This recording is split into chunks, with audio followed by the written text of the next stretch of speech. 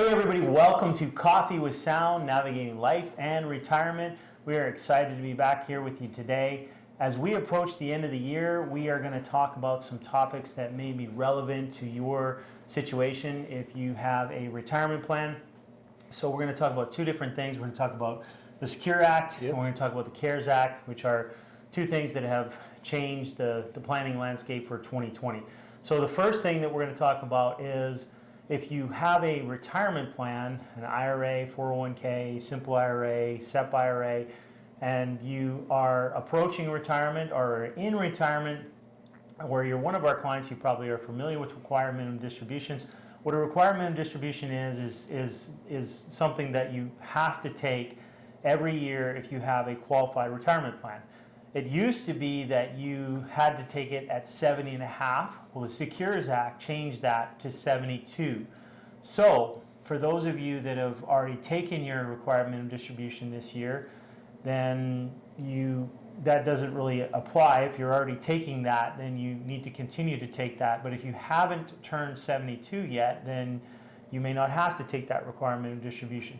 Now, there's also, under the Secures Act, a rule that they put in that you could waive that required minimum distribution for 2020. So that's something that if you're not taking your required minimum distribution for this year, then you can call us and you can talk about possibly waiving that, because there may be some benefits tax-wise for that.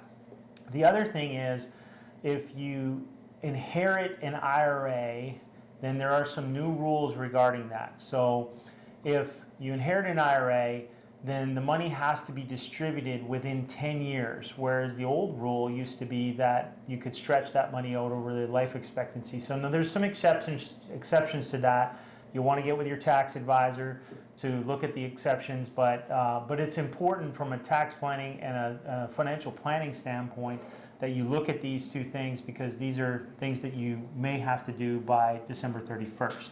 So Josh, there's some things that happen with the CARES Act also that we need to be aware of. What are those? Yeah, so everybody's probably heard with the stimulus bill and a few different things since March. The CARES Act came out and changed a handful of things, but one of the big things that talks again about retirement accounts is going to be the fact that that 10% penalty doesn't necessarily apply to you if you've been affected or your life has been affected by COVID-19, which a lot of people have been impacted. I know me and my wife were, but you're able to pull out up to $100,000 this year from your IRA, so it could be inside of a 401k, 403b, SEP, simple, anything that's in that IRA, kind of like with the Secure Act. And what you're able to do is you're actually able to take that income as now. There's still going to be some tax on it, just like there would be with any distribution as far as income tax goes, but you can stretch that over the next 3 years as well. So you could pull out $10,000 from your 401k now. It wouldn't have a 10% penalty if you're under the age, and you could stretch that over the next 3 years. It gets a little complicated, so the best thing to do, again, is talk to your CPA, give your advisor a call. If it's something that you're thinking about doing, this could be the year to do it. The other thing is, if you happen to have a loan inside of your 401k, the rules have changed a lot with it. The payments can be deferred, it can be pushed, the balance can be different. So it's something you're going to want to talk to your employer about to see how they're handling the loans inside of it, and talking to your advisor, because this might not have any effect on you at all, but in some cases there's a way to not pay Uncle Sam 10%, and if I can keep more money in my pocket, I'm definitely going to do it.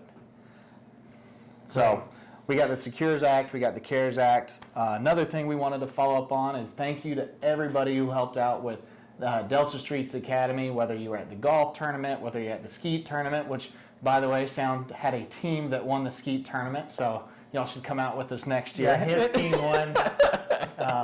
Former Navy guy, sharpshooter.